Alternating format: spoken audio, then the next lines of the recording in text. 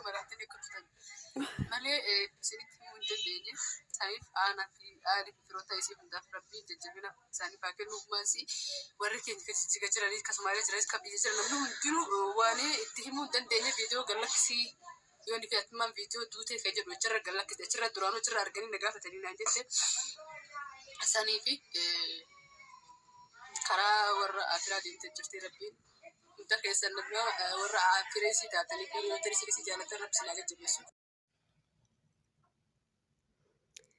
Assalamu alaikum warahmatullahi wabarakatuh. Kabajamtoota fi hordoftoota daawwattoota Ummayyoo Hasham harka fuuna jirtu isiniin jedha hordoftoota kiyya.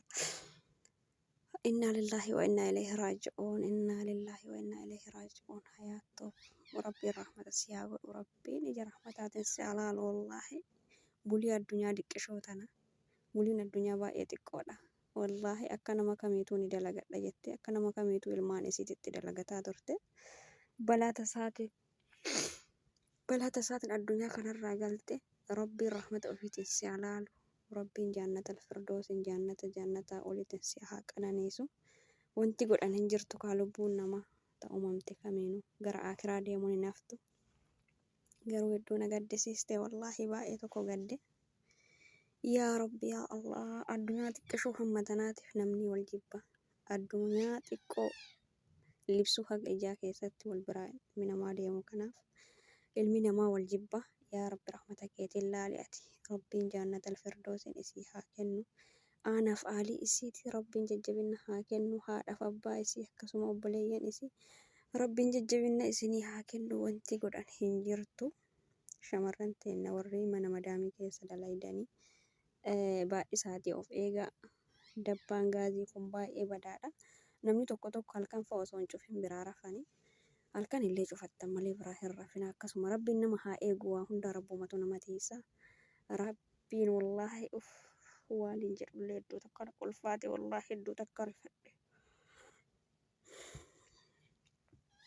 Inna lillahi wa inna ilaihi raaji'uun. Bakkuma jirtanitti shamarran teenna rabbiin nu haa tiisu hunda kennayyuu rabbiin isin haa tiisu. Isillee rabbiin jannata alfirdoosin isii haa qananiisu. Kana alii isii haadha isii rabbiin haa sabbarsiisu. Haadha isii wallahi baay'ee namatti dhagahama.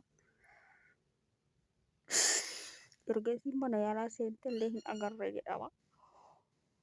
Hanga mana yaalaa keessa seente jechuudha ittiin agarsiifamne akkas jedhanii kaleessa dubbatanii turaniyyuu viidiyoo irratti kaamelaan faanti.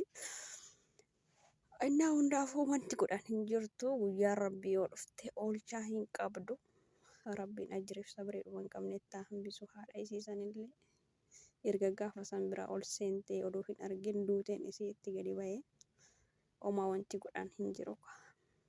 Shakkaruudha waan hundaayyuu waan rabbi fide waan ta'eef rabbiin obsa isii haa kennuufi isillee rabbiin jannata alfirdoosin haa qananiisu.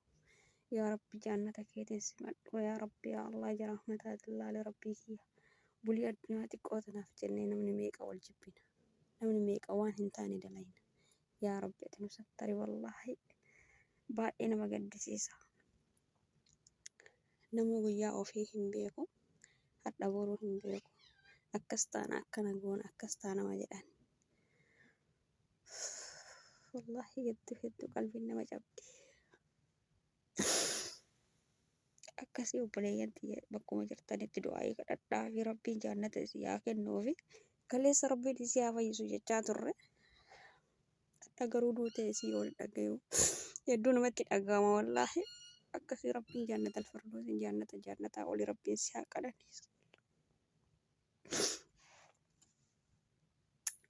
Akkasii obboleeyyan tiyya du'aayii kadhadhaa fi sun hundi keessanuyyuu bakkuma jirtanitti du'aayii kadhadhaa fi makfiraa araarama kadhadhaa fi rabbiin jannata isii haa kennu. Nagaan naaf ta'a.